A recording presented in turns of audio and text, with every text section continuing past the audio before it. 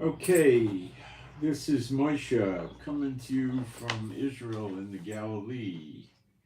And today is what is it, the 13th of March. It's 9:13 in the morning. And weather is summer weather, kind of. I'll explain why I say kind of. We're at uh, 71 degrees now, high of 83, but a low of 57. That's not so cold. Partially sunny. Tomorrow we hit 85, then we hit 86, then 87, back down to 85, then down to 80. And then we come back into the 70s and the 60s. This is crazy. And then we have a high, I think they're probably wrong, of high of about 50, 60. I don't think they're right. They've been predicting all this wishful thinking, it's so many days out. I mean, it could happen. I don't know. We could get a cold spike. I don't know. I don't know what's going to happen, but I do know that the weather people are not prophets, okay? And I think you should understand that. What I find here in Israel is they can predict with reasonable certainty about 48 hours out. Reasonable, not complete. 72, it drops down pretty low. More than that, they don't get too far. Another 2 or 3 days of this and our house will warm up inside. Right now it's warmer outside than inside, which is the way you want your house built in the summer. So anyway, on the update on the equipment, the iPad, I got it working. It was a combination of fluke events. I believe the Lord orchestrated that because he wanted to get my attention about something pertaining to the internet, which he did. And I took care of what needed to be taken care of. And what happened was the charger stopped working, but it was plugged in. And the Apple people decided it was going to try to do my update. And it thought they usually only do the updates when you're charging, but it thought I was charging, but the charger wasn't putting a charge into the device. So the update started and it ran the battery down to something like 2%. And when these lithium batteries get down that low, they tend to kind of shut off. So I got involved and I started changing electrical outlets, and I have several chargers because I keep spares. And I moved it around and I finally got it charging and it's working. So that was it. It was just a combination of unusual events that I believe the Lord orchestrated. But moving along, we're going to cover the ceasefire deal with Ukraine is basically in the toilet, okay? And I'll go through all that with you. And the Gaza ceasefire is in the toilet. And the Iranian nuclear treaty with America is in the toilet too. It's not exactly a ceasefire. It's in the toilet, and the Houthis have broken their ceasefire, but they can't do very much. And there's a lot of violence going on in Syria, and we'll cover all of that. Okay. And then I'll show you where we're headed in the prophecies, which is not Gog and Magog, Ezekiel 38. It's Jacob's trouble, which is Zechariah 12, and a few other things I'll bring in as well. So it looks like we're maybe not barreling down the track towards Zechariah 12, which also includes the next temple, as I'll show you. But we're moving there rather rapidly. Not screaming down the track, but we're going at a good clip right now. Okay? And the world is not picking up on this. Okay? And I'll show you, the prophecies. Now, what you have to understand is this. While I look at what's going on in Asia and I look at what's going on in Europe and I pay attention to it, and it is reasonably important. The trigger for end times events to start is going to be what happens in Israel. That's the reality. You want to deny it, but that's the reality. Okay? But I'm not saying we don't pay attention to these other events because we should. Okay? Now I'm going to go into the live stream and make sure we got a live stream. And I have to be very mindful that we could get cut off. And I think I'm still live because I look at the iPad, I'm looking at it now that I'm using to do the live stream, and it shows movement and everything else, but the signal doesn't go through. So I have to be careful. If anything like that happens, send me an email. I will have my email up at the top of the chat. Well, near the top of the chat anyway. The signal doesn't go through. So I have to be careful. If anything like that happens. Okay. So let me get my posts up here.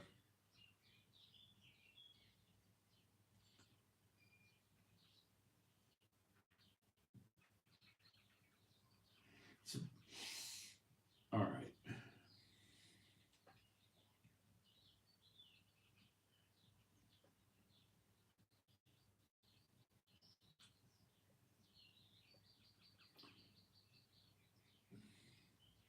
Wait a minute. Some didn't work.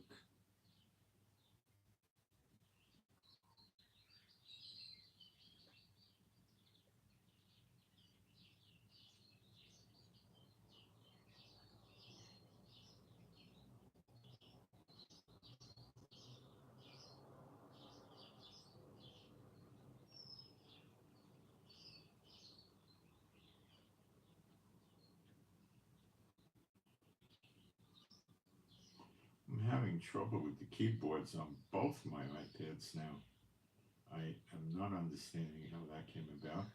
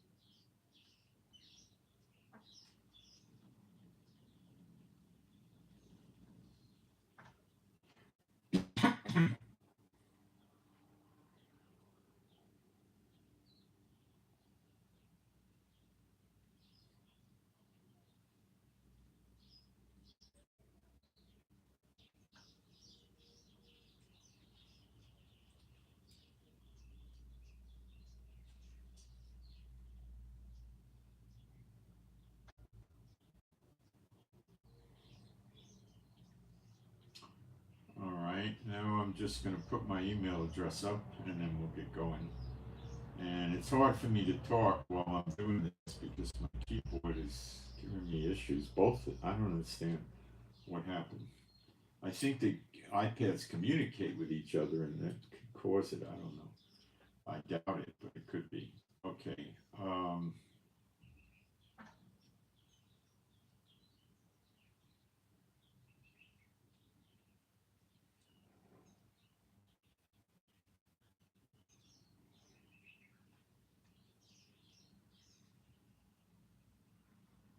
What it might be is this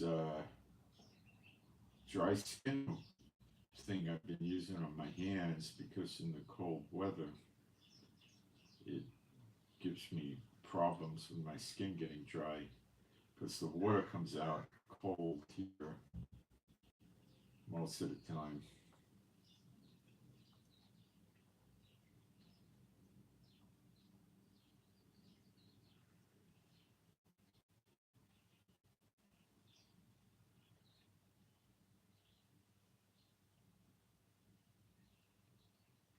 Almost there, guys.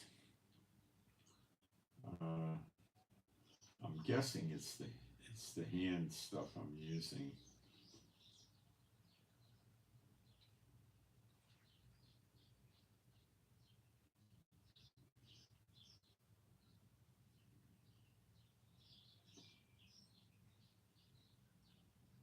Okay, I think we got everything done.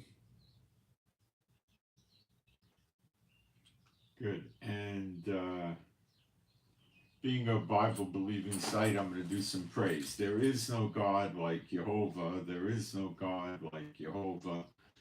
There is no God like Jehovah. There is no God like Jehovah. There is no God like Jehovah.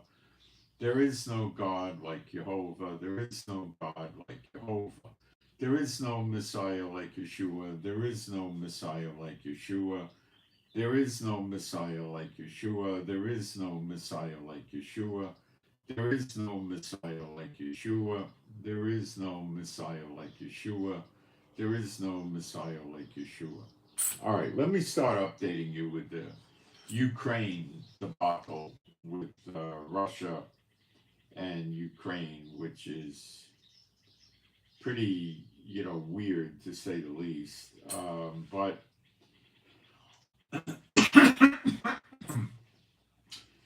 Putin has demonstrated inflexibility on this ceasefire in terms of he has no interest in a 30 or 60-day ceasefire with Ukraine because he expects Ukraine would just rebuild and rearm.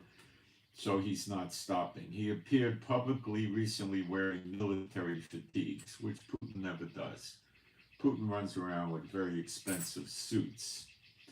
And Putin was making a statement that he's at full war. Okay? That's what that means. It doesn't mean that, Putin is, just following Zelensky's lead or something like that. That's not the case. Okay? So, what else is going on is Putin finds it unacceptable for peacekeepers to be inside Ukraine because that's a threat to him, and he doesn't have much interest in that whatsoever, which makes the European position on this ceasefire pretty futile. Ukraine attacked Moscow 2 or 3 days ago with a massive attack of drones and caused Moscow to get a lot of damage, get on fire. It was a rather substantial attack, and I'm sure Putin wasn't happy about this whatsoever. So this attack could only have happened if America gave Ukraine access to what's called the ISR, okay, Idaho Sierra Romeo, and that would allow the drones to get guided onto target in Moscow. And Putin knows that America helped. America immediately resumed aid to Ukraine, I think, 2 days ago, and they're also allowing them to use, their ISR radar and stuff like that.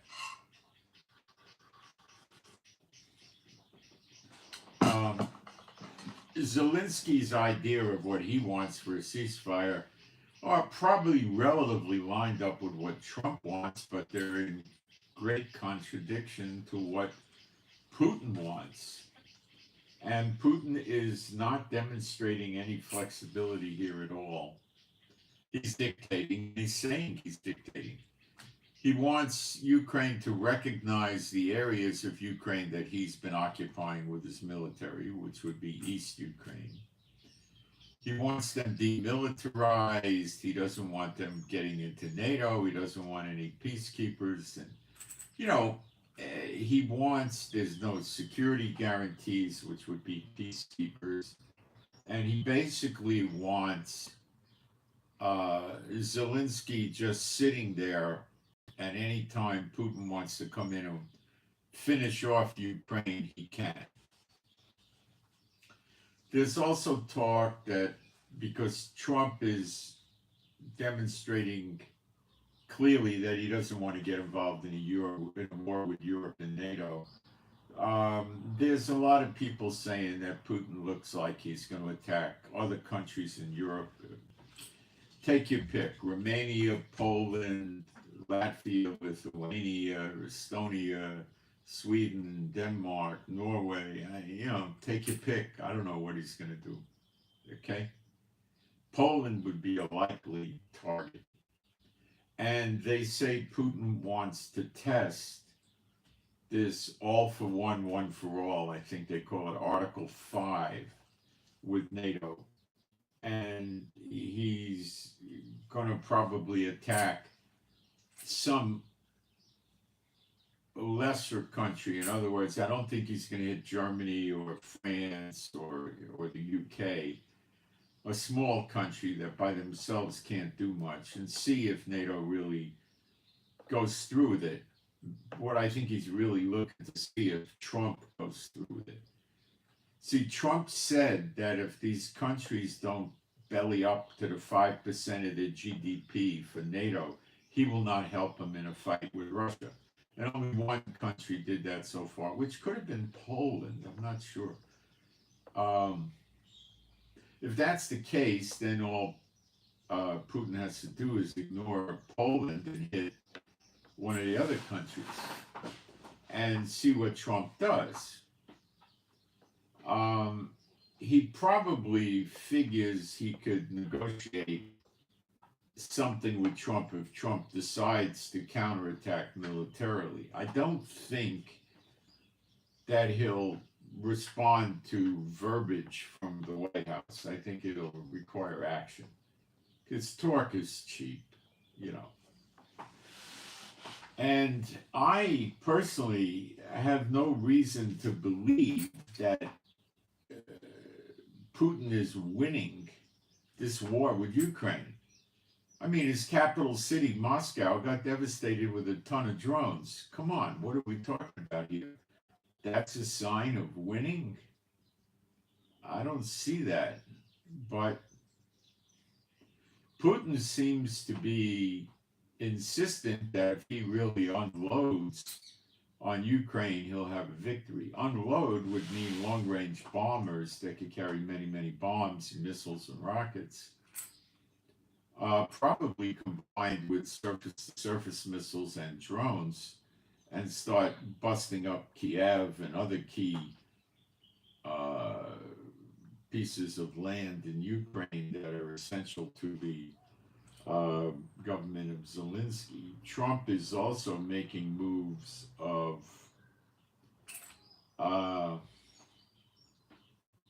wanting to get rid of Zelensky and get another government in there that would be more predisposed to making a deal with Putin. In other words, what Trump's looking at is, how the heck is Ukraine going to get that land back that Russia's occupying unless America and NATO go in and do it for him? And we don't want to do that because we don't know what Putin will do. And we don't want to spend billions and billions and billions of dollars doing this and risk what's going to happen with China and North Korea and Iran, Belarus and Cuba and Venezuela and some of the stand countries and so forth. So Trump's saying, I want to rebuild America economically first, and at the same time, I'm working on my military, and I'm trying to fix my infrastructure, the NSA, the CIA, the FBI, the Pentagon, and make them all loyal to Trump and on board with Trump's policies. And that's going to take a few more months. And Trump doesn't really want to jump into that with Russia. But he's going to have to make some serious choices.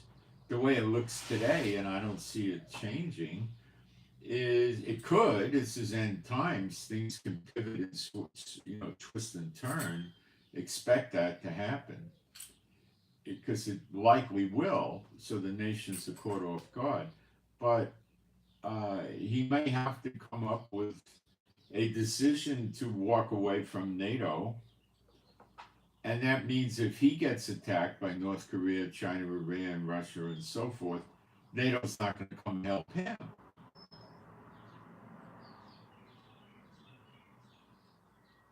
Would France help him? Nah. Would the UK?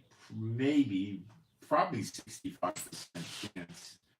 Germany, maybe. They may get some allies to come help him, you know. Would Canada help him? At this point, I doubt it. Would Mexico help him? No. Mexico would join in the fracas and attack America. Now, I covered this yesterday. It may have gotten cut off. 100 yards inside Mexico, the Mexico cartels have a number of Javelin missiles set up with launchers. Now, these can also be shoulder fired by one guy. They probably weigh 25 to 40 pounds. And they go 2.5 miles. And it's basically an anti-tank missile or rocket. And it's guided by infrared. So the shooter, the soldier, gets a lock on the tank, pulls the trigger, and then runs for cover. Because once the thing launches, which takes 1 or 2 seconds or 3 seconds even, once it launches, it uses an infrared heat-seeking device to hone in on the tank. The tank normally has its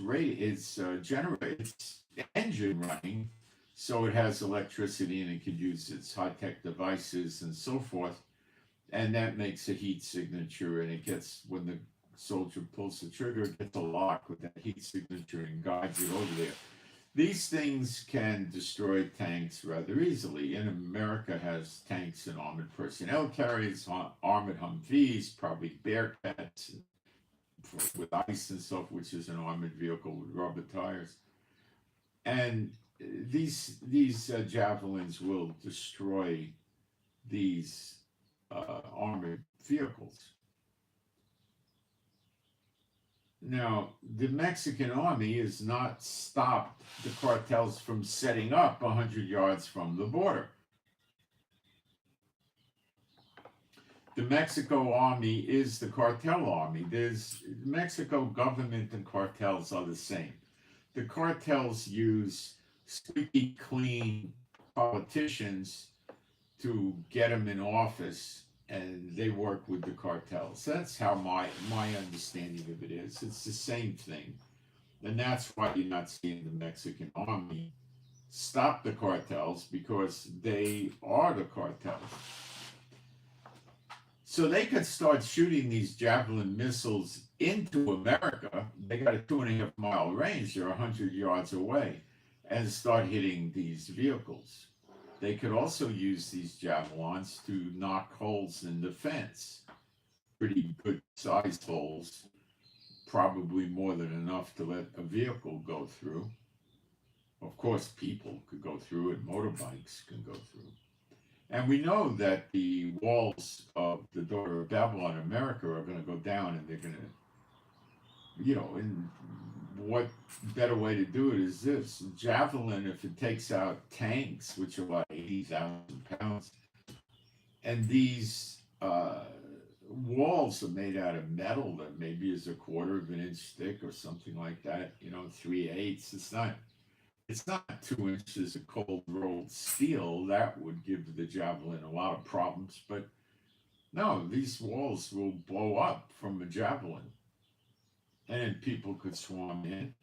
Dirt bikes, motorcycles could come in, probably cars, pickups. They've got pickup trucks with 50 cal machine guns mounted on them in the back. And they put a few armor plates up there so the guy can be somewhat protected while he's shooting.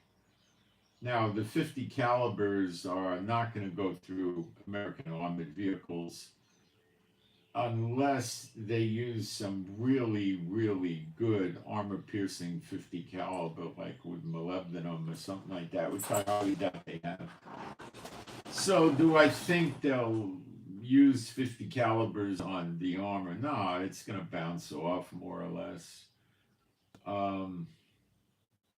More. But they could shoot the guys that are not in armored vehicles, just in regular vehicles, and the 50 cal would shred them. Now, do they have 20 millimeter guns on these pickups, which they call a technical? I expect they don't.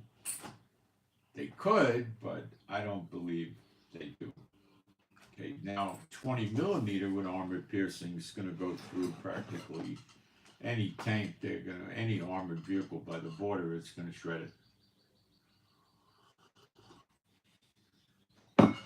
There's all kinds of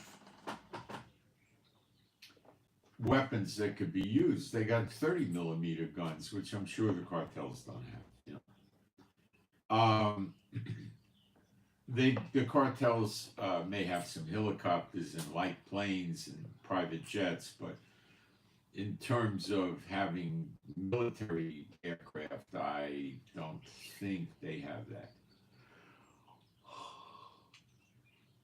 They could hybrid it like a technical in the truck. They mount a 50 caliber in each door of the helicopter using like military style helicopters, and that would be rather potent. They could also shoot Javelin missiles out of the helicopter, although I don't know how easy that would be because the blast coming out of the back of it would probably burn up the helicopter. But maybe they could stand, if it has two side doors, stand on one side with the rear tip of the javelin sticking out of the helicopter and then fire. But I think they burn themselves up. So that's not something that's going to likely work. But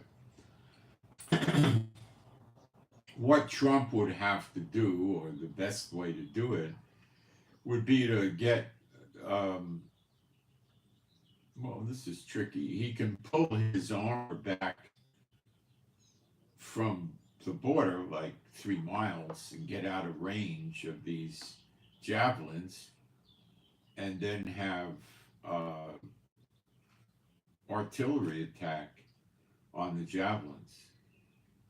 You know, he'd probably need, 10 or 20 artillery pieces. The tanks could be used, actually, or mobile artillery, and just start raining fire down on the javelins and blow them up. These are mounted in launchers, which I think are typically a quad pod. They got 4 javelins in, some type, might be portable, I guess.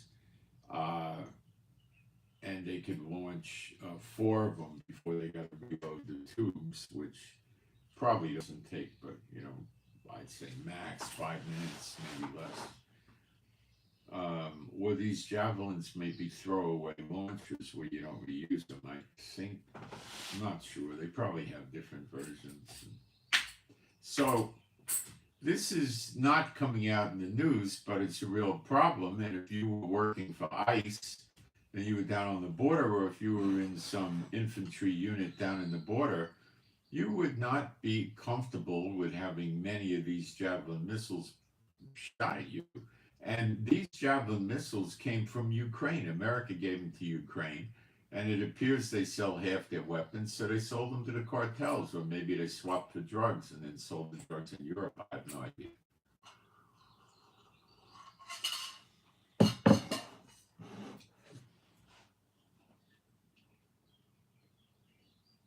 I don't think the money for selling these javelins to the cartels went into the coffers of the Ukraine treasury. I think it went into generals and politicians' pockets.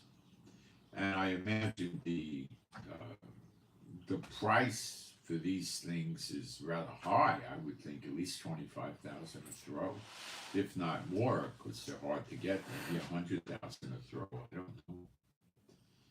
It's hard to say.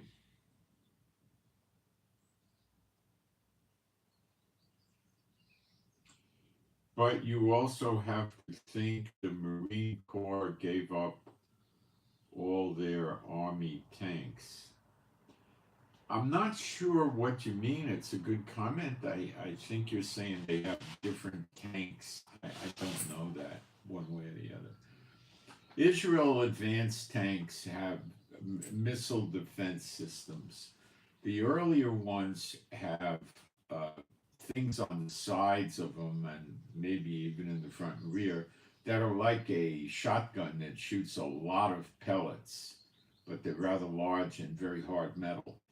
And it tracks the incoming missile with radar, and when it gets close to the tank, it fires a big, you know, ball of, you know, like buckshot at the incoming missile, which is not armored, of course, and it shreds it and it's a no hit.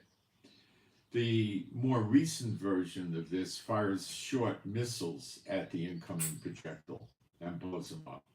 Now, if there's a mistake, we have reactive body armor, then we have regular armor. But the Javelin seems to be pretty good at defeating reactive body armor and armor. So, um, but these Javelins are not being used against us that I know about.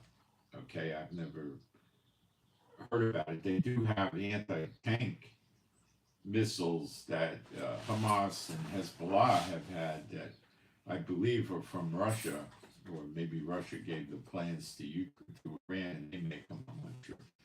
But it's a different animal, and I don't think it's that effective. There's also RPGs, which are junky terrorist weapons. It's sort of like a bazooka-looking thing, and you put a rocket in there that's about like this. The warhead's maybe a few kilos, 2-3 kilos. I don't think it's more than 2, and it's a pretty good explosive.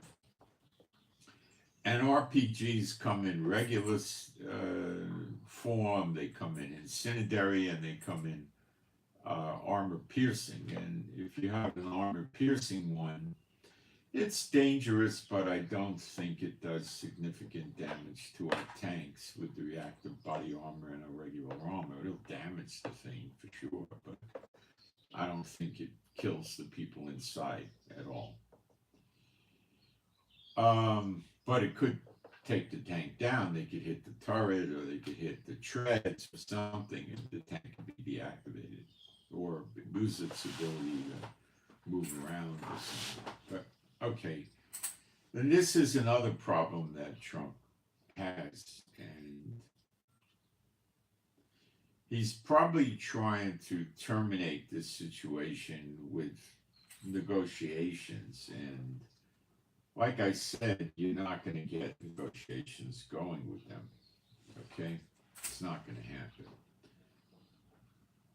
So the Ukraine thing is just headed straight for escalation. And I think Putin really, really wants to see if Trump will hang in there with NATO. And he's just bluffing them because he needs them too. But Trump may be thinking, well, if I need them, they're going to each send 1,000 soldiers. It ain't going to make it. It won't amount to a hill of beans. So he might be thinking that it's a waste of his time.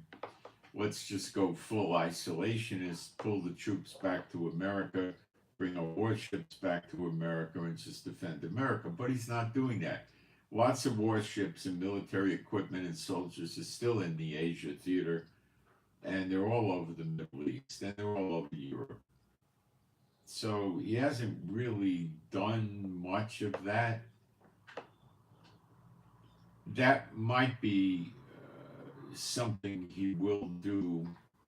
Trump likes to threaten verbally and then not pull through. Look at what happened with Canada and Mexico with tariffs, you know.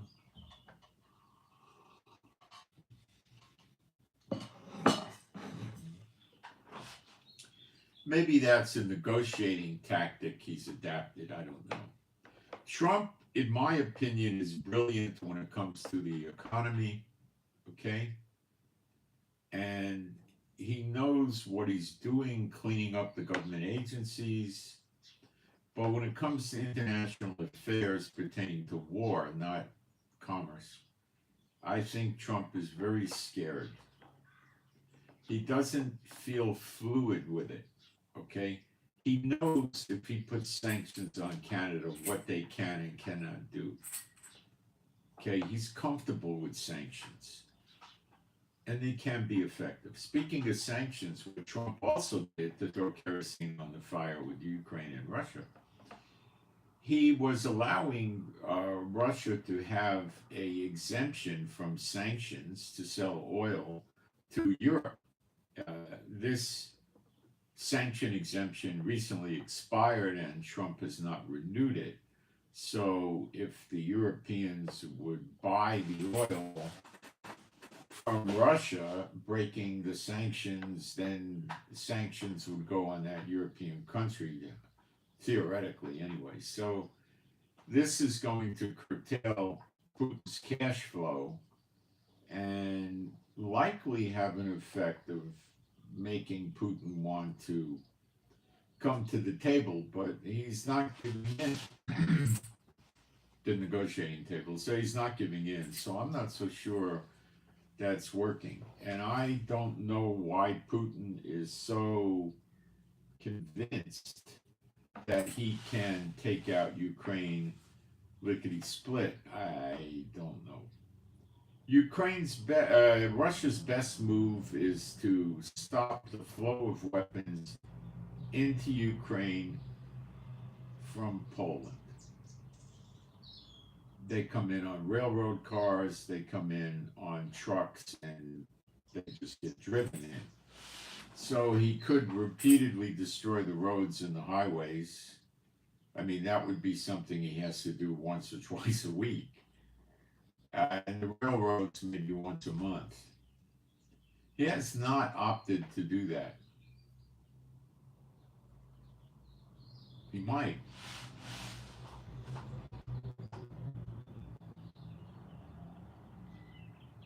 He has not yet unleashed Belarus on Ukraine. That is likely something that will happen.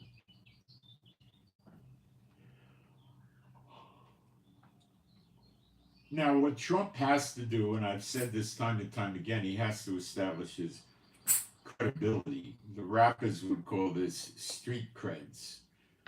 Trump has to show the world that he means business when he means business and use the American military on something to get respect. Right now, he's sitting around, like that old comedian Rodney Dangerfield, who I knew a little bit back in the 70s. He was a very, very funny character. He's actually a nice guy. He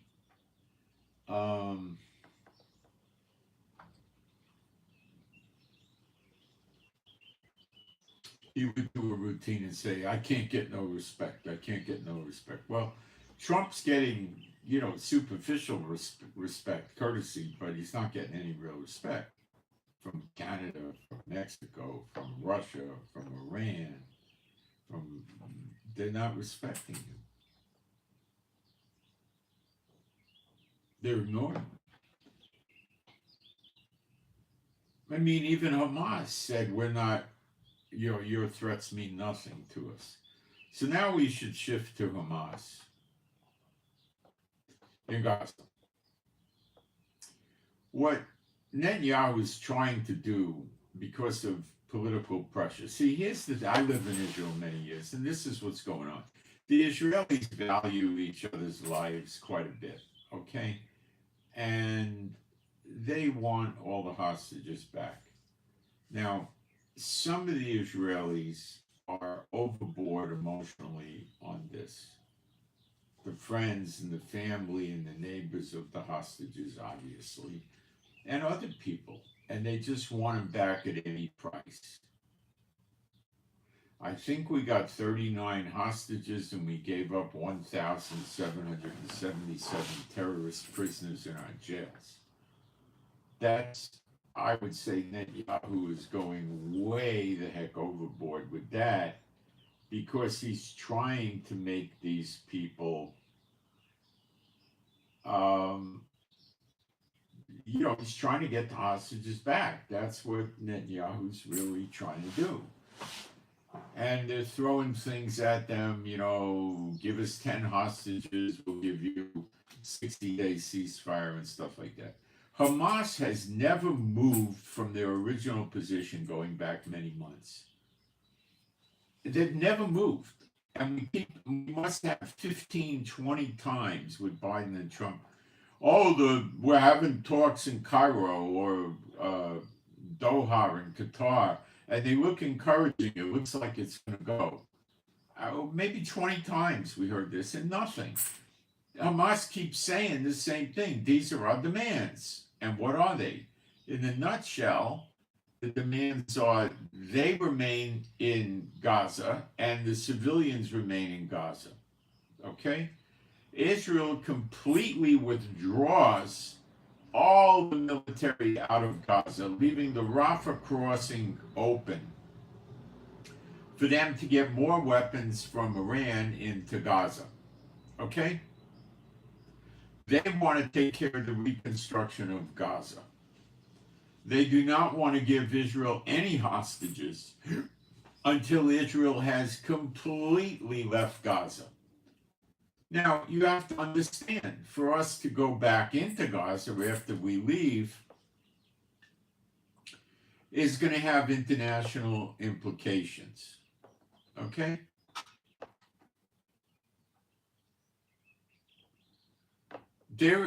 Our intelligence says that Hamas has no intention of ever, for years and years, giving us all the hostages back. They want to keep the hostages to make sure Israel doesn't counterattack them. Why would Israel counterattack them? Because you would have in 60 days, I would say at least 3,000 to 10,000 missiles and rockets transported into Gaza from Iran via Egypt. Okay? And then they have firepower against Israel again. And they'll use it. And Netanyahu knows that they'll use it. So withdrawing from Gaza accomplishes not anything for Israel. It weakens our position. And they also want to have international, let's call them peacekeepers, to make sure Israel stays out. See, once the weapons start coming in from Egypt again, which Egypt's going to let them come in, it's a joke. And the weapons come in, and then they're going to start, I mean, Israel's drones and surveillance and boots on the ground intelligence, they'll know it's there. And then Israel will say, well, let's go bomb the weapons. Right?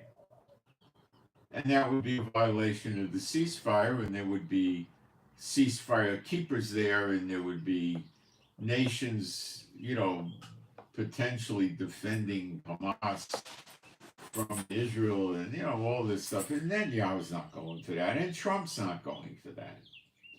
Because Trump understands that all that's going to do is give you a 60-day, 90-day window, and then the war would start. Now, they've also, along with Egypt, said they want to build an airstrip, and I believe they want to build a port and a pier. And if they get us completely out and they start building an airstrip with the help of Egypt and other countries, Turkey maybe, then Iran will fly, 5 cargo planes a day into Gaza full of weapons, missiles, rockets, and so forth.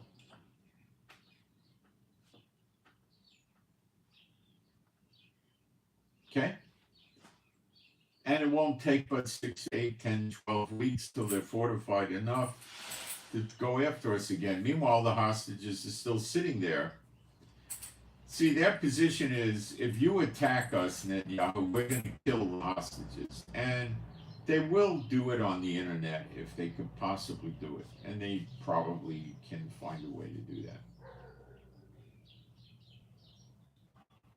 And that will break the spirit of the Israelis. It will cause a lot of negative attitudes to go up against Netanyahu. It could cause a lot of political problems for Netanyahu. So Netanyahu is basically between a rock and a hard place. He doesn't know what to do. Okay? That's it. So what did Netanyahu do? It's not so stupid what he did, really. He cut the electricity. Now, the crazy thing is, I keep telling you, Netanyahu is really a very weak individual. Okay, so we were paying their electric bill all the time during the war after October 7th. Now, Biden was probably responsible for some of that, a lot of it. So, without electricity, they can't run their water desalinator plants, which takes the Mediterranean water and makes it drinkable. So their water is running out now because it's been, I think, 3 days that we cut the electricity. Now, is this going to hurt Hamas? Yeah. To what extent? I don't know. But it's going to hurt them.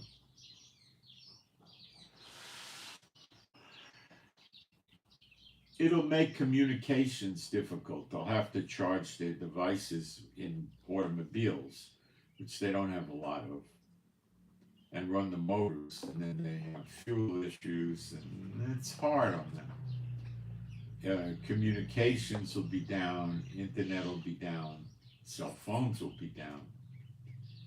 Charging walkie-talkies could start becoming challenging.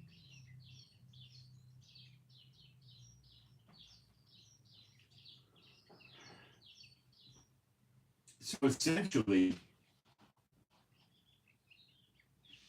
Gaza's got a big headache now, not just for the people, the civilians as they like to be called, but also for the Hamas. Okay?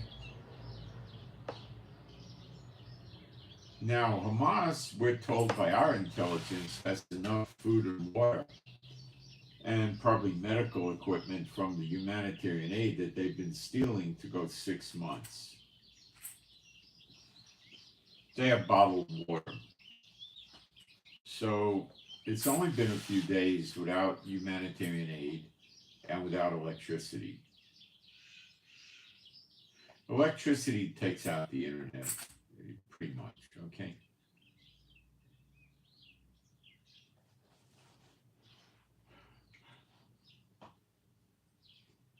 So what Netanyahu is hoping for is Hamas comes to him and says, okay, turn the electricity on, we'll give you 10 hostages. Netanyahu would do that. Even if they said turn on the humanitarian aid and the electricity, we'll give you 10 hostages. Well, the way it would begin is Netanyahu and Trump would say, no, all the hostages or it stays off.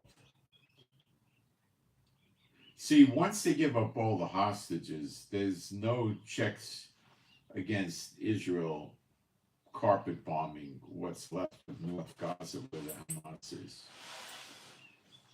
With the hostages, they believe correctly Israel will be hesitant to do that because they know the hostages will either get killed by the bombs or get killed by Hamas.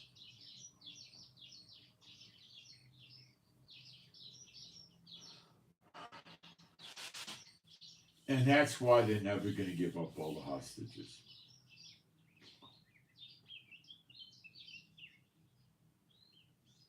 And that's why Netanyahu has a mess on his hands.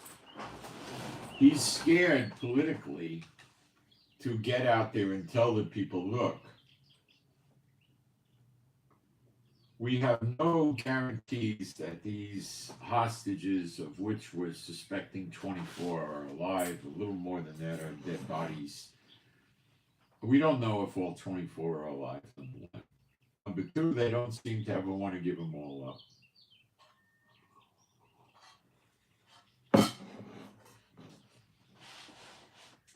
And if we bend down to do what they want, they're just going to attack us. What's this, March? In July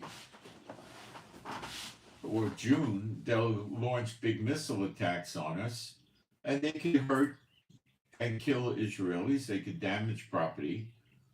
And then we have to go back in, more international protests, and then more soldiers are going to get wounded and injured. You see, the people doing this got blinders on. I want my friends and relatives back. That's all I want. I don't care about anything else. Maybe some of them are thinking well, this is going to blow up. We'll just go see our relatives in Germany or England or America or Australia and stay there for a couple of years till this blows over or there is no more Israel.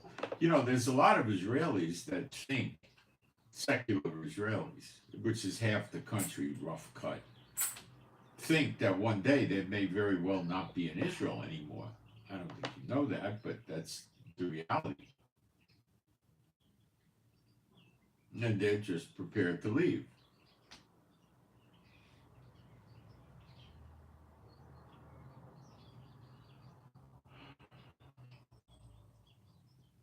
The religious ones will probably not ever believe that. Because of war, the secular and the religious Jews are more or less lined up together.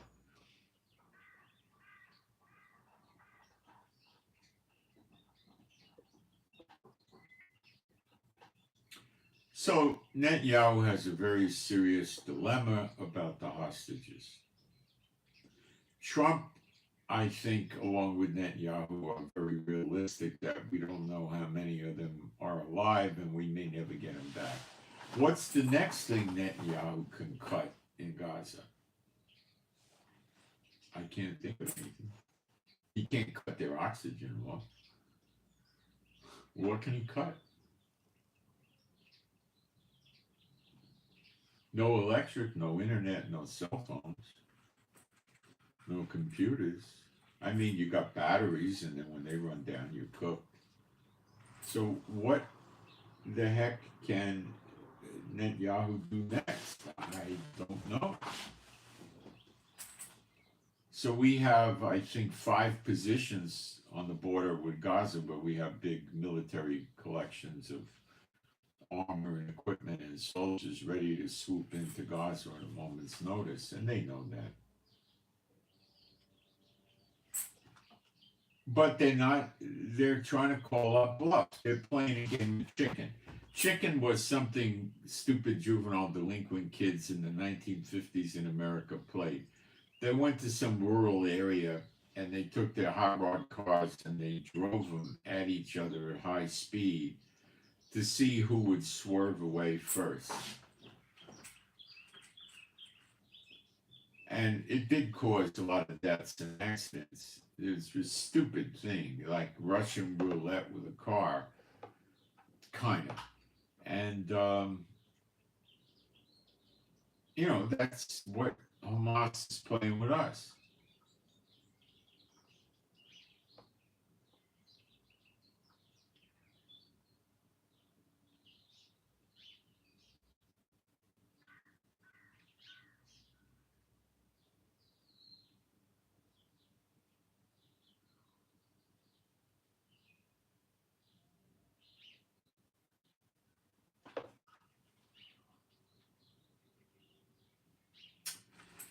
So the dilemma is here, and the only way I see this is war. Now we'll go to Iran. Iran's not dancing to Trump's music on the nuclear treaty. Trump is trying to get Russia to talk sense to Iran, and there's a meeting with Russia, China, and Iran, I think in China in the near future, in a few days. And they could just be going through the motions, and they'll go have a meeting with Iran, and they'll sit down and say, "Hey, what's going on? How's your son? Oh, okay. What else is new? And shoot a fat and go home and say we have no resolution." The latest game Iran is saying is, well, we're not building nukes, nuclear bombs. If we were, we would have them already. We don't want them. Well, that completely goes against the IAEA, findings and everything else. That's just another Iranian lie. The problem with Iran and their numerous lies is I think the leaders start believing their own lies. That's what I think one of the problems with Nasrallah in Hezbollah was. He was believing his own lies. So I do not think Iran has any long-range radar to guide missiles to Israel because we took that out. I don't think it's there.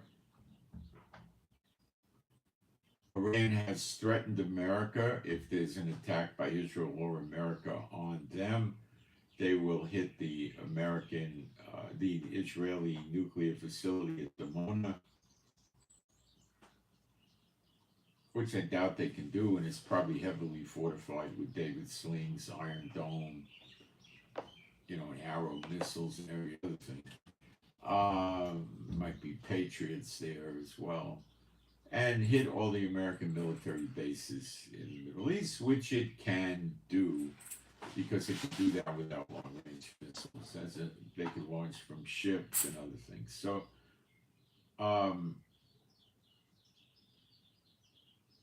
if Trump just backs away off of Iran when Iran is so outspoken and won't even sit down and meet with him, well,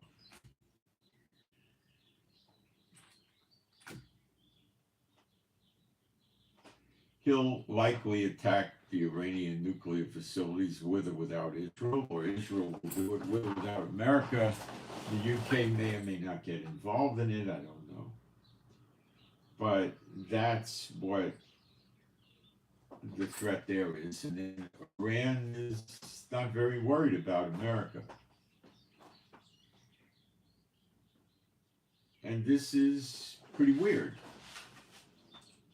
Okay? Now let me get back in my notes and see what else I have that I didn't cover yet.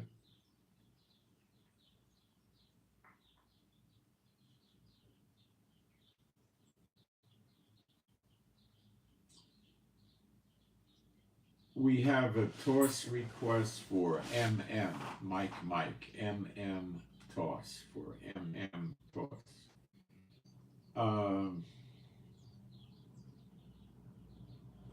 Ontario, Canada mayor or governor, whatever he's called, is not putting in the 25% electrical tax on the 3 American states that use their electricity, because he says Trump is dealing with him with respect and he's going to negotiate with Trump. So that's probably going to calm down tremendously and have some sort of resolution, I'm thinking. The Houthis have not attacked any shipping nor Israel, because the day before the 4-day deadline, their radars were taken out by America and they can't do anything, but I'm sure they're trying to work up some solution to blow up ships or something. That is going to cause a lot of blow up in the Middle East with Trump and Netanyahu. Netanyahu did say that if the Houthis launch missiles at Israel, we will go down there and get them. Probably referencing aerial attacks from the air.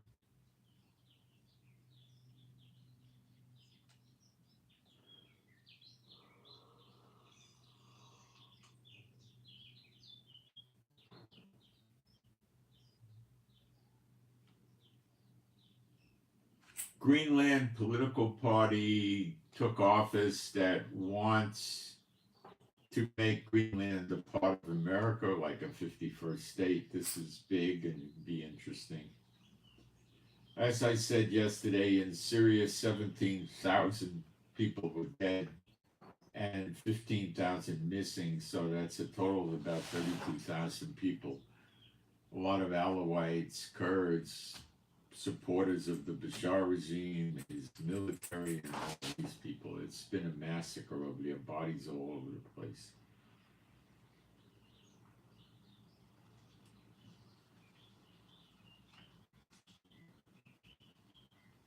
So Trump is appearing weak to the nations because he hasn't done what he said with Gaza nor Iran, hasn't done much with the Houthis.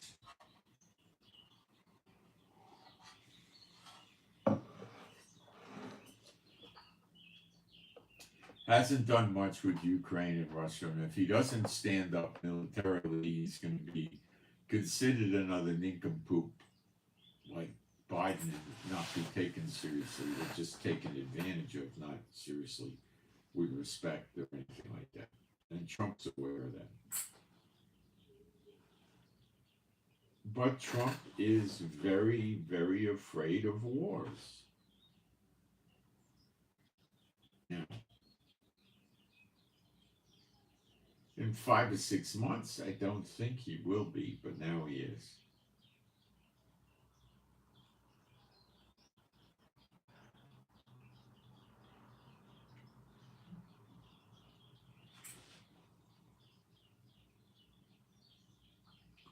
What Trump could do to gain respect would be he could send American troops in with Israeli troops to Gaza, but he's not going to convince anybody because Gaza is so weak. Hamas is so stripped of their power. So that leaves him with destroying the Houthis or Iran. And that's where I think Trump has to go. He doesn't like it. He's trying to drag it out, but I think he has no way out.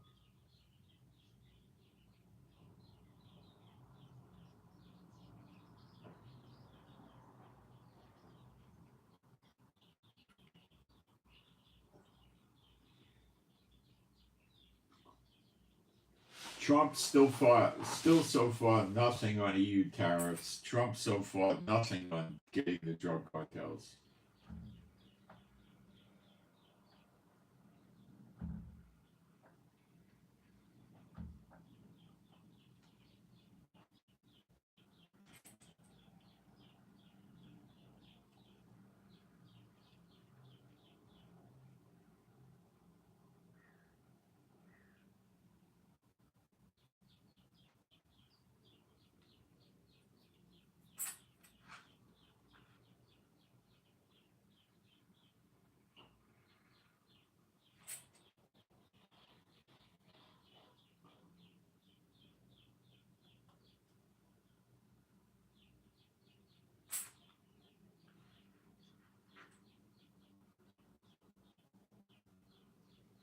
I'm checking my notes here.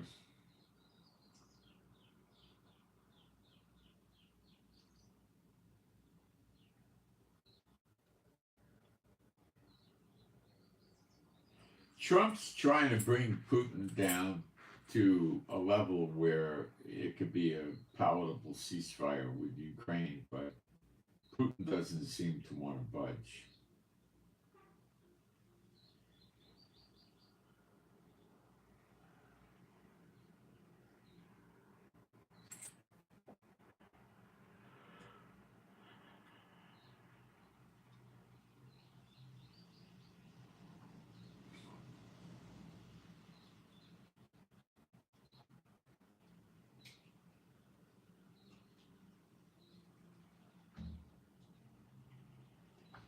The attitude in Israel, the belief is that any day now we're going to go into Gaza. What might happen is the electricity and the humanitarian aid is cut off and the water, and then they're going to wait till the Gazans are good and thirsty and tell them, get out of the north, go down to the south, we're going to give you humanitarian aid, bottled water, or we'll turn the electric back on, your desalinization plants will work. And get them to move and make sure Hamas doesn't move with them and no weapons flow, and then carpet bomb North Gaza, and that's it. That's the plan, I believe.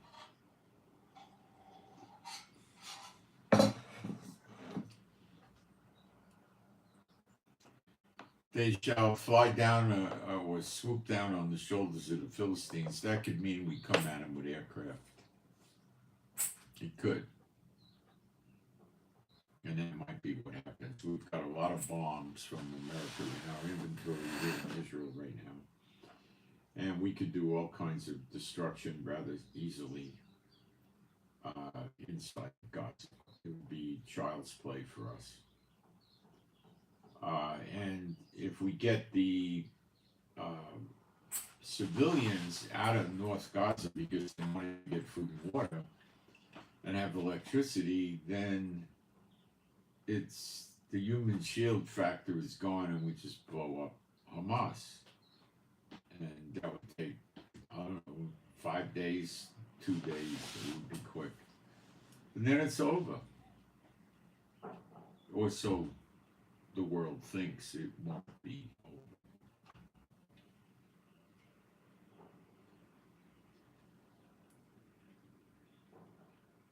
I do believe Trump will hit Iran on the nuclear facilities along with Israel or by themselves, or Israel by themselves with American backing.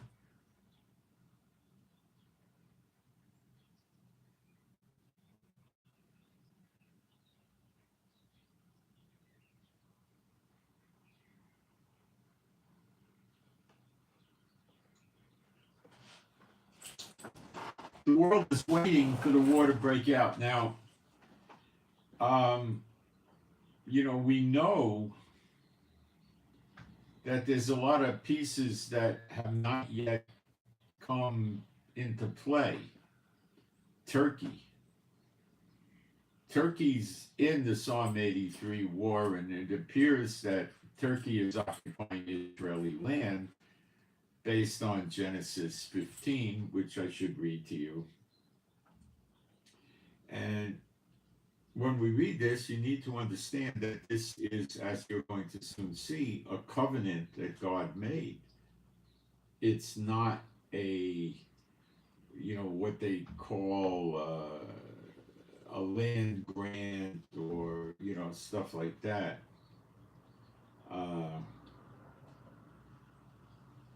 Let me find the right verse.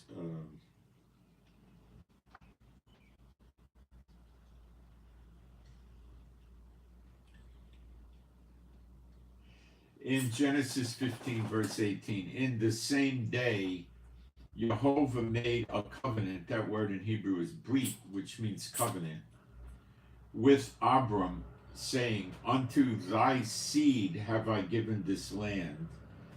Now, remember that, in the New Testament it says promises made not to seeds of many, but seed of one. That's the Messiah, Yeshua. And it applies to all those in Yeshua, even if they have no Israel lineage. If you're really in Yeshua, not that you show up on Sunday in some building called the church. I mean, if you're really in Yeshua, then the land belongs to you. And in the next great Exodus, all the believers will be coming to Israel, even if they're not Israelite heritage. So it says a covenant with Abram, saying, unto thy seed have I given this land, from the river of Egypt, that's the Nile, unto the great river, the river Euphrates. Okay? And it mentions the Hittites in verse 19, which is Turkey. Now, when you talk about the land, I can do this in my head. This is the land that is in the covenant, starting in Africa. You have Egypt, everything to the east of the Nile River, the same for Sudan, South Sudan, Kenya, and Uganda, because the Nile goes all the way down to Lake Victoria, which is a beautiful lake with great waterfalls. I've never seen it, but in pictures. Also includes the Djibouti, Somalia, parts for all of Ethiopia.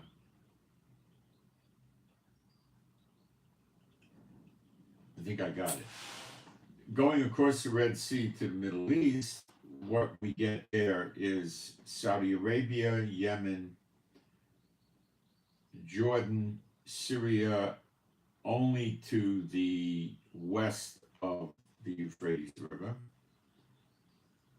and Iraq west of the Euphrates River, and Turkey west of the Euphrates River, which is about 2/3 of Turkey, and all of Lebanon, and of course the land we have now, and Kuwait, Bahrain, Qatar, Oman, the UAE. And when you add all that up, it's about 100 times bigger than the Israel we have now. Now, a lot of this land is going to be a perpetual devastation, like Edom, which is Yemen.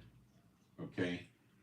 A lot of it's going to be like that. Parts of Jordan, but a lot of it won't. Okay? And so we need to see Jordan get into this mix, not yet, but they have already threatened to make war with Israel over the removing the Palestinians out of Gaza. Egypt is in play, and they're on our border with a good 100,000 troops, with movement of submarines, warships, planes, tanks, everything else. And they're also on the Gaza border. What they're going to do remains to be seen. And then we have Edom, which is Yemen, that's going to get destroyed. Saudi Arabia is going to get busted up. Iran is going to get busted up. It's called Elam in Jeremiah 49. So bad that all the people living in Elam or Iran get spread into all the nations around the world, every nation, and the sword follows them till they're cut off. And then you have Iraq, which is in there on it. It could be part of Elam, it could be part of Assyria, and Assyria gets it with an A, Assyria, and parts of Syria. You know, these places are almost in position, but not quite yet. So what likely could happen is Turkey is going to go deeper into Syria and have some confrontation with us over our buffer zone in Syria. I don't know. The next event is called the siege. It's found in Zechariah 12. The two witnesses end the siege, and it's found in Zechariah 12:6. I'll read it to you. So I know a lot of you don't know this because they don't teach it in the church. I'm not going to read the whole chapter. I'll just read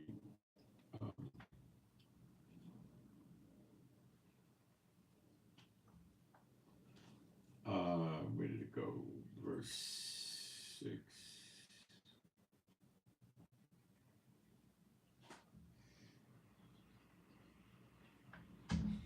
Well, it starts in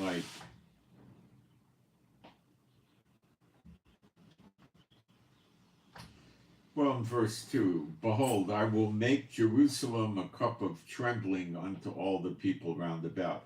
That means they're going to get real scared. That means the temple came down from heaven. Yes, the temple comes down from heaven.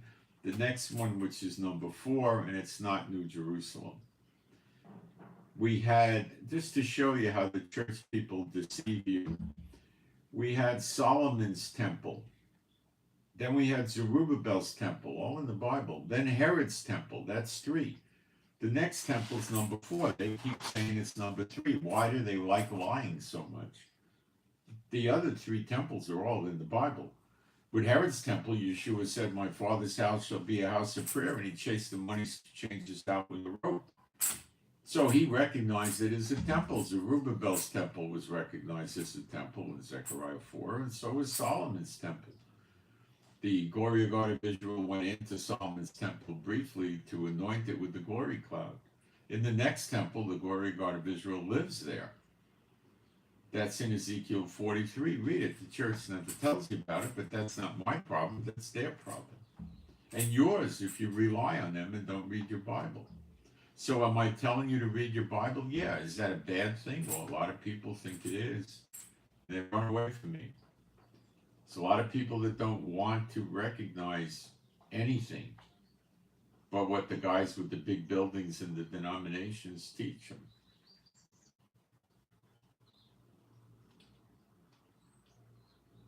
Okay?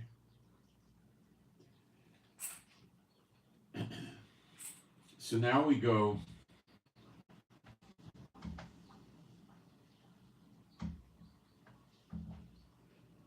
for a burdensome stone for all the people, all that burden themselves with it shall be cut in pieces.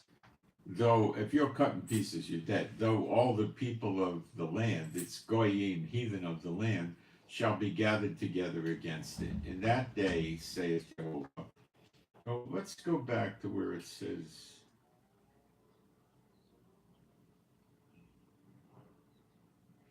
you got the cup of trembling round about, and it says, when they shall be in the siege, both against Judah and against Jerusalem. That's the land we have today.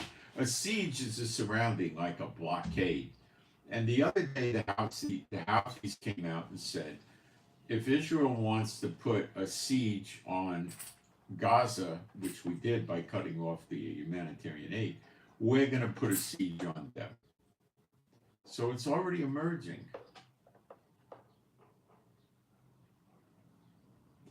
They're going to surround us, which they already have. They're in Lebanon. There's bad ones. They just got to change their position closer to the border. The same with Syria. The same with Jordan. Egypt is in position already. Saudi Arabia doesn't really touch our border, but nearby they'll probably get into position. Iraq doesn't touch our border, but they've fought against us in recent months, and so will Iran. So there's the siege, okay, against us, and that's Jacob's trouble. Great is Jacob's trouble, but he shall be saved out of it.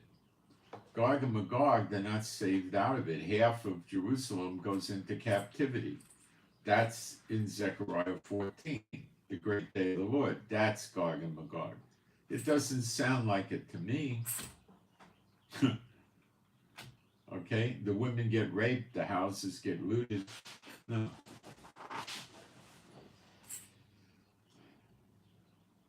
And in that day I will make Jerusalem a burdensome stone for all people. All that burden themselves with it shall be cut in pieces. Though all the people, all the heathen of the land shall be gathered together against it. In that day, saith the Lord, I will smite every horse with astonishment and his rider with madness, and I will open my eyes upon the house of Judah, and will smite every horse of the people with blindness. Now, when he opens his eyes, that means he's turned his punim, his face towards us. That's a very good thing. Basically, using baseball analogy, you just slid into home plate, basically, okay? And the governors of Judah, no, it's saying judges, not governors. A judge is typically a prophet. We have two prophets coming, Elijah and Apostle John, the two witnesses. They're the judges. They run Israel.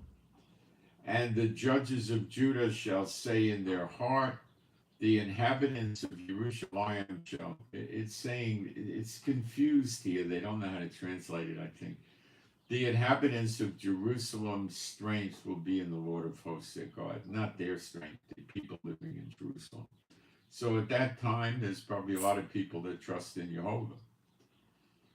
Okay, verse 6. In that day will I make the judges of Judah like an earth of fire among the wood, and like a torch of fire in a sheaf, and they shall burn up all the heathen, all the people rather, not heathen, all the people round about on the right hand and on the left, and Jerusalem shall remain still inhabited in her own place, even in Jerusalem. That's the correct translation. So, if that's not the two witnesses, I don't know what it would take you to convince you of anything being the two witnesses. So they don't appear at the tribulation. They're going to appear like tomorrow, next week, something like that. Okay? Next month, 10 days, I don't know. They're going to appear very soon. Okay? And the people in the churches are not being told this.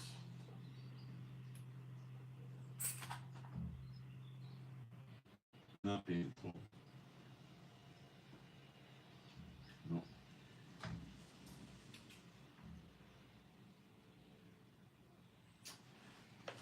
That's not my doing. I try to undo it, and people run away from me. They don't want to hear it. They just want to cling to what their friends and their family and their pastors tell them. The heck with the scripture, I'm going with my pastor. Well, that's the same doctrine, basically, of Islam, Buddha, Hindu, you know. We're not following the Bible, we're following other things.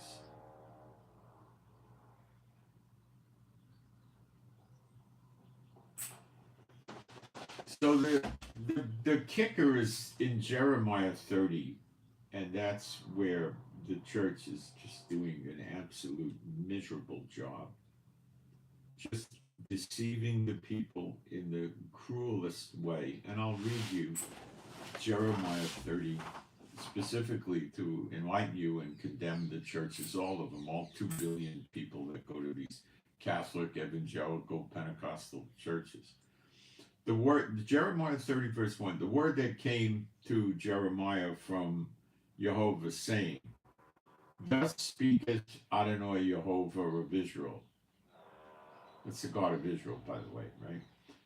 Find me one scripture that says Jehovah is the God of the churches, please. I can't find a single one. It doesn't exist. Saying, write thee all the words that I have spoken unto thee in a book. But if you're in Yeshua, you're in Israel. Even if you're not of Israel lineage. I don't care what color you are, what your eyes look like, what country you came from, what language you speak. You're in Yeshua, you're in Israel. For lo, the days come, saith Jehovah, that I will bring again the captivity of my people Israel and Judah. So Israel's the 10 tribes, Judah's the 2 tribes, Levi and Judah. Saith Jehovah, and I will cause them to return to the land that I gave to their fathers. Well, it was Genesis 15. And they shall possess it. And these are the words that Jehovah spake concerning Israel and concerning Judah. For thus saith Jehovah, we have heard a voice of trembling, of fear, and not of peace. The trembling, that's the siege. Zechariah 2, those who want to bother with Jerusalem, make a burdensome stone out of it. You know, they get trembling, they get scared. That's the cup of the wrath of the Lord. Why are they so scared? Well, the temple's there. Elijah's there. Apostle John is there. It's scaring them. And not of peace. So this crap they're teaching you about the man of peace is going to come, that's not for these days. That's a lie. They know it's a lie, and it's a lie. Ask you now and see whether a man doth travail with child. That's the birth of a nation in a day. It wasn't 1948. It's restoring Israel to Jehovah. Okay? Ask you now and see whether a man doth travail with child. Wherefore do I see every man with his hands on his loins as a woman in travail? Travail is the actual time of giving birth. The water broke, the baby's crowning, you know, the birth pangs are incredibly intense. As a woman in travail, and all faces are turned into paleness. They're scared. Alas, for that day is great, so that none is like it. It is even the time of Jacob's trouble, but he shall be saved out of it. How does he saved out of the siege? The 2 witnesses, Elijah and Apostle John, burn up all the enemies round about. Now I caution you, the word for the fire coming out of the mouth can also mean lightning. When the lightning hits, it burns things up. Okay, so just be aware of that. It's possible, right? Maybe it's fire, maybe it's lightning. For that day is great, so that none is like it. It is even the time of Yaakov's trouble. That's Hebrew for Jacob. And he shall be saved out of it. For it shall come to pass in that's Zechariah 12. For it shall come to pass in that day, saith Jehovah of armies, or hosts, that I will break the yoke from off thy neck, and will burst thy bonds, and strangers shall no more serve themselves of him. Well, that's the UN, the nations, Trump, and it's also another yoke is coming from our own government, which are not with the God of Israel by their actions. But they shall serve Jehovah Elohim, and David their king, whom I will raise up unto them. Therefore, fear thou not.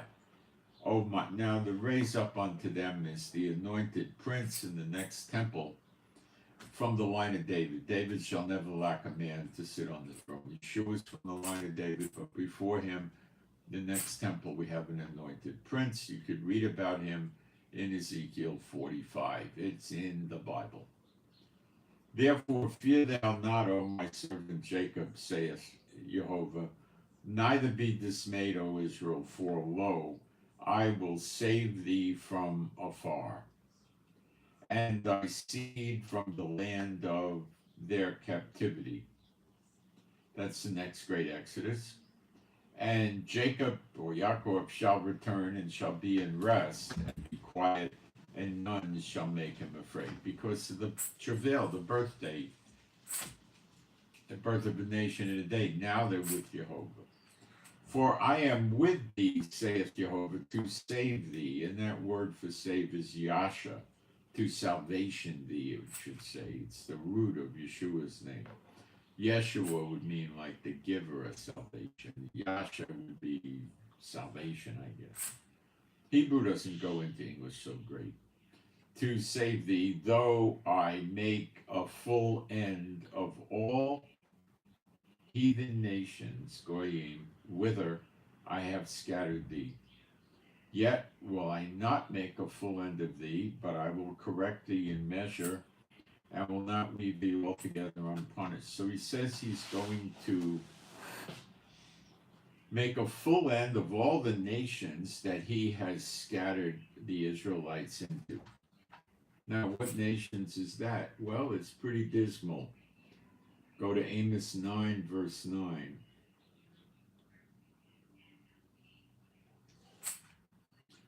For lo, I will command and I will sift the house of Israel among all heathen nations, like as corn is sifted in a sieve, yet shall not the least grain fall upon the earth. So not any of them are going to get killed, basically he's saying. When the grain or the kernel falls to the earth, it's finished. So he's going to sift or send the house of Israel among all the nations. And the Hebrew words are kol goyim, heathen nations. Kol is all. And that's what you're seeing cooking up now with Ukraine and Russia and what's going on in Asia. It's boiling over. When the right minute comes, it's going to break out, and we're really darn close to that. So now I'm showing you we're right on the verge of the two witnesses starting to work openly with signs and wonders, and we're on the verge of the nations being destroyed that he scattered the Israelites into, which is probably close to all of them, or maybe all of them. It's pretty dramatic, and they're not teaching you this. Shame on you if you keep going back there. Double shame on you if you keep supporting their work and become a partaker in their evil deeds for not teaching this stuff. Instead of teaching the right stuff, they load the people up with crap. Yeah, I'm outspoken.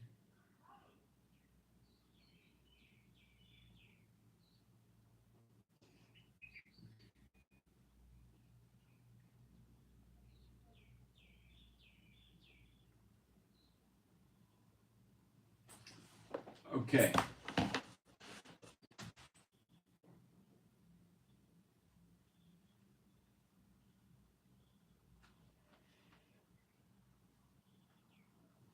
I'm going to take a break for a minute, then we're going to go through the day of vengeance, the year of recompenses, and the year of redemption, and I'm going to show you more things these church guys refuse to teach you. That's right in your Bible. They're not your friends, kids.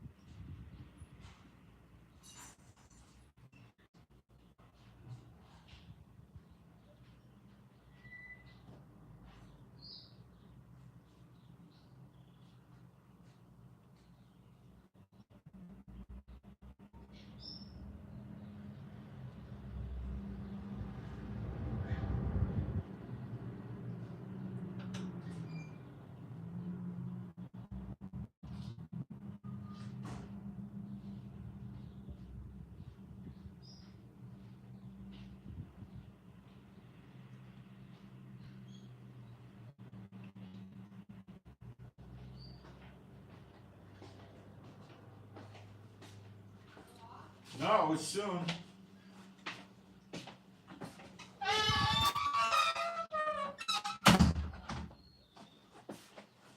What do you think these church people are going to say to the two witnesses when they see that Elijah's training the Levites to make the offering in the next temple acceptable unto the Lord? Animal sacrifices, if you will. First fruit offerings. Do you know that's in the Bible? I'll read it to you. Malachi 3.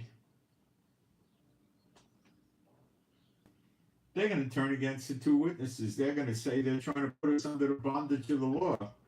They're the beast and the false prophet. We should kill them. Malachi 3:1. Behold, I will send my mallet, that's messenger, and he shall prepare the way before me. That's Elijah.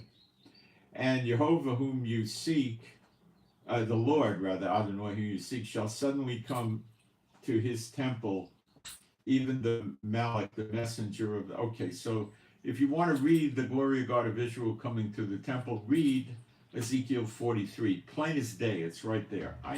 If I read you all the scriptures and go through all the back prophecies that you need to know, we'd be here for many, many hours. You can go to my channel, go in the live section on YouTube, and look around at all the videos, and you can pick this stuff up. A lot of times I start with the news, which is going to be old, months ago, so just fast forward through the news. Shall suddenly come to his temple, even now it switches, even the Malach, the messenger of the covenant whom you delight in. That's Elijah. They believe Elijah's going to come and teach them Torah, and he will. And he's going to start with who Messiah is, right?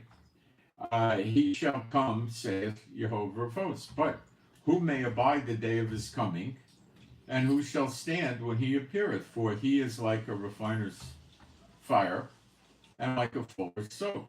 And he shall sit as a refiner and purifier of silver, and he shall purify the sons of Levi, the Levites, the ones that work in the temple, the offering sacrifices, and purge them as gold and silver, that they may offer unto the Lord an offering in righteousness. That's temple offerings. Then shall the offering of Judah and Jerusalem, those are the ones that are here now, not the 10 tribes yet, they come after. So this is before the next great Exodus. And Jerusalem, Judah and Jerusalem, be pleasant unto Jehovah, as in the days of old, and as in former years. And I will come near to you to judgment, and I will be a swift witness against the sorcerers. Those are the witches, the false teachers, the false prophets, adulterers, false swearers, the ones that lie in court to sue the poor and the widows and the orphans, and against those that oppress the hireling in his wages, the widow and the fatherless, and that turn aside the stranger from his right hand. And fear not me, saith Jehovah of hosts. Okay, there you have it.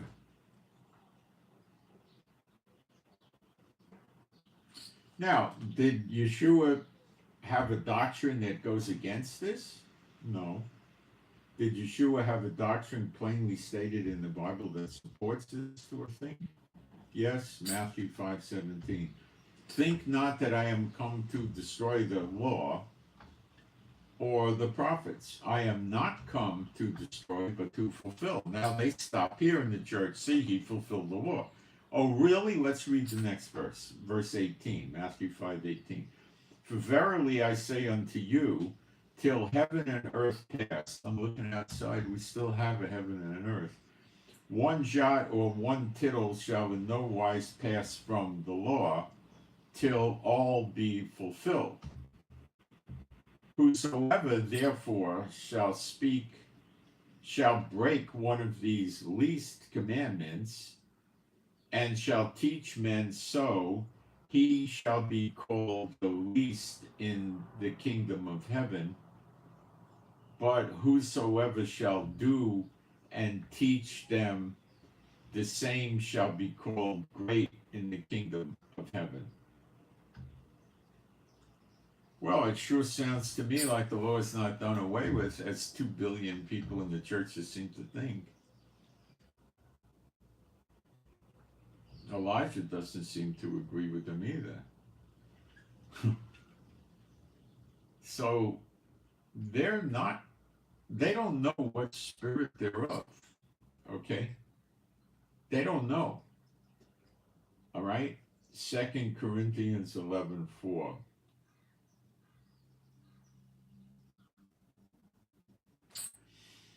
For if he that cometh preaches another Jesus, they preach another Jesus, whom we have not preached, or if you received another spirit, which you have not received, that's unclean spirits, and you'll pick that up in the church when they lay hands on you, or you lay hands on them.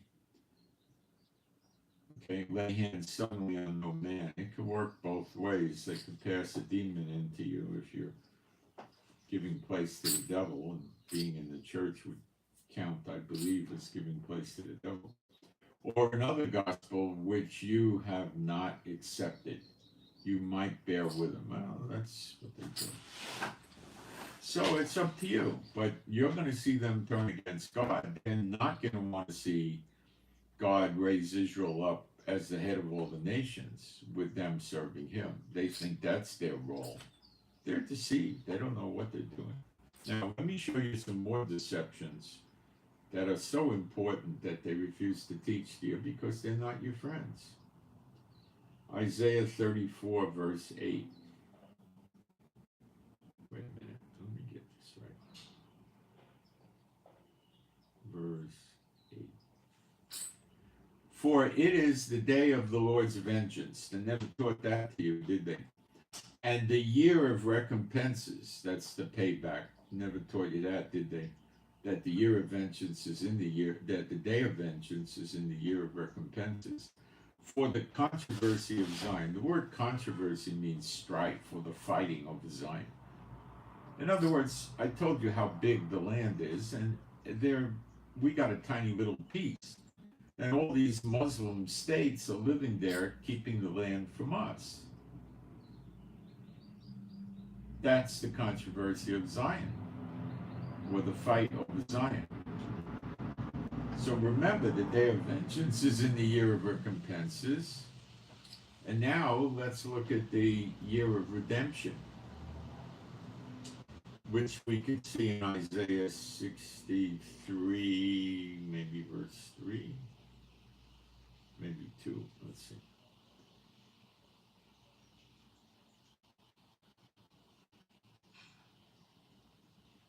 No, maybe it's verse 4. For the day of vengeance is in my heart, and the year of my redeemed is come. So the day of vengeance is maybe the last day of the year of recompenses, and it might even be the first day of redemption, or maybe it's the end of the recompenses, and then you get redemption year.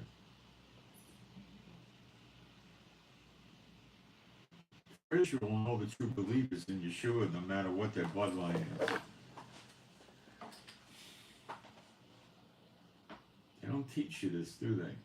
They don't want you to know. They're your enemies. I know you know. Here it is in the scripture, and they don't teach it. So where do you go from there? They're your friends. The very best argument you can make for them are they're Bible illiterates trying to hold themselves out to be great teachers, and they're not. And that would mean they're blind. So if you follow the blind, you both fall in a ditch, which is really a pit, the pit. So you want to be like the blind following the blind and fall in the pit? That's your choice. It's a bad choice.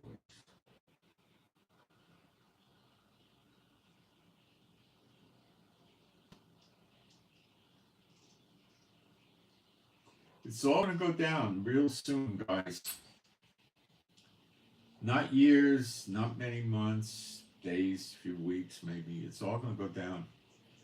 And these people are going to get caught on the wrong side of it.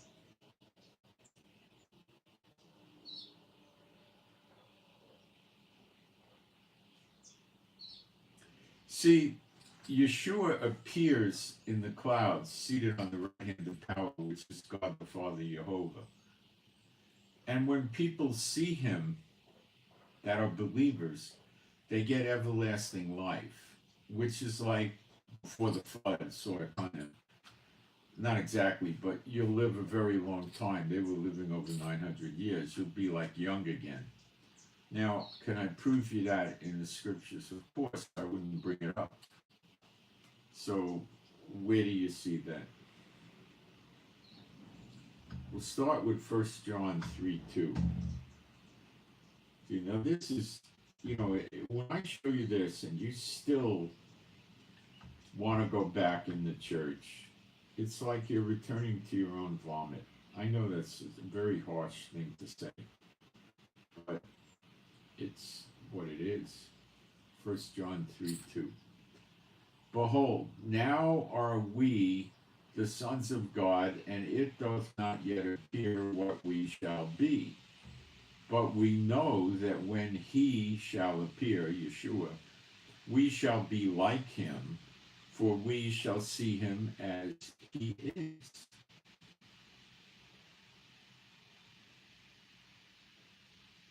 We'll be like him. Now, let's take this to another level and go to John 6:40.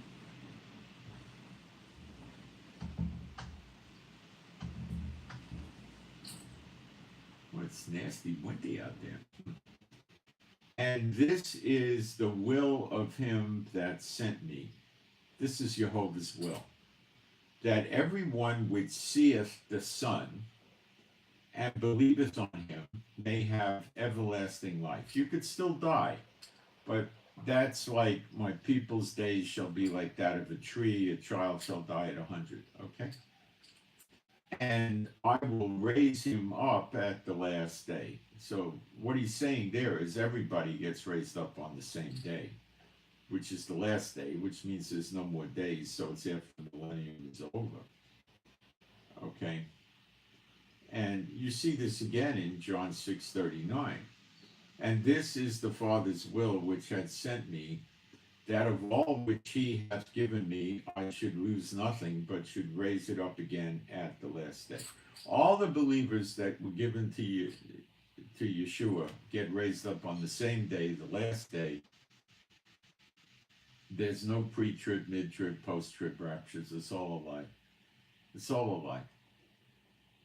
It's also shown in John 6:44 and John 6:54, 4 times. Yet they keep teaching against the teachings of Yeshua with left behind raptures. There's no such thing.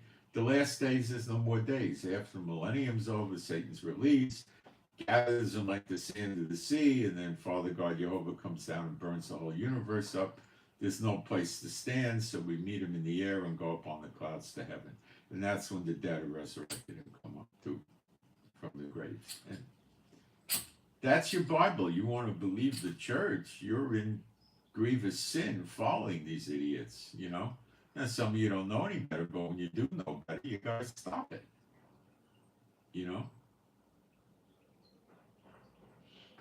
Where else do we see this? Well, we see this in Malachi 4, verse 1. For behold, the day cometh, that's the Zechariah 12 day, that shall burn as an oven. Oh, we read that 2 witnesses burning the enemies up on the right and the left.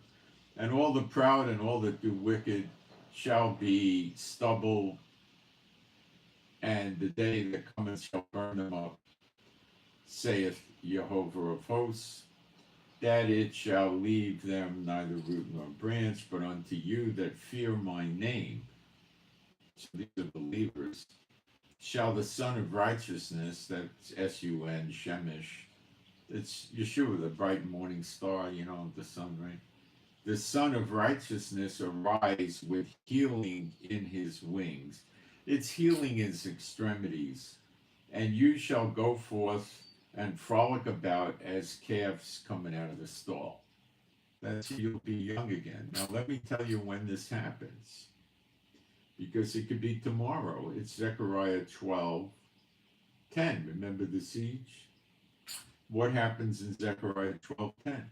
And I will pour upon the house of David and upon the inhabitants of Jerusalem the spirit of grace and of supplications. So when that happens, he pours the spirit out on these people in Israel. They become believers, right? How can you say they don't? Of course. And they shall look upon me whom they have pierced. Remember, they stuck a spear in his side, water and blood came out. And they shall mourn for him as one mourneth for his only son, and shall be in bitterness for him as one that is in bitterness for his firstborn. And that day shall there be a great mourning in Jerusalem as the mourning of heaven. There was no great mourning when they killed Yeshua. They were happy about it for the most part, okay? So this is not something that happened in the past. Some idiots may try to tell you that, but they're idiots to try to purport that as true doctrine. So this is when they look upon him, and the siege has already started. The siege is well advanced, actually. So it can happen very, very shortly. And people are going to have everlasting life, and what's going to happen to the church? Bad things. Bad things.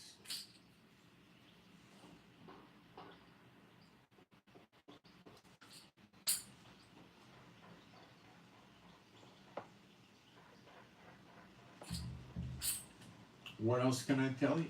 You have a choice. You have, the Lord is called bifurcating. The road is bifurcated. You can go to the left hand, which is broad and wide as the road to destruction, and many find it. Or you could go to the right hand, which is straight and narrow as the path, and few be that find it. And if you're going to find it, you're going to get rejected from your friends, your church family, your family, your flesh family, and a lot of other people. And that's going to be, what are you going to do? Who are you going to go with? Favor among people or favor with Jehovah or Yeshua? That's up to you. Okay? And the way it is now, you're not going to spill blood over this, but you're going to get ostracized socially. And most of you won't pay that price, and that's the problem. Many are called, but few are chosen. These church people hear the call, but they're not chosen, so they're not really in Yeshua. They're playing games. Remember the tares in the wheat? Told the angels, told them, don't root up the tares because you'll pull the root up for the wheat. They grow together until the harvest. Well, the harvest is coming. That's Zechariah 12. It's your harvest.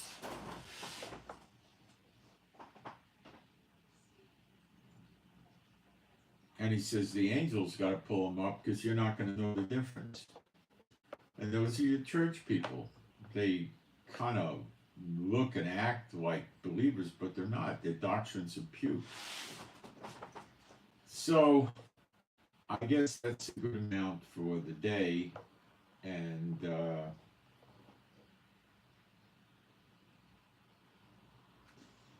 please pray for me and my wife for peace, safety, protection, joy, healing. Okay, pray for us, to pray for our finances and our animals and pets that are all rescues. Pray for the peace of Jerusalem. Pray for better videos, and we get more and more questions answered about prophecy we've been putting forth to the Lord. And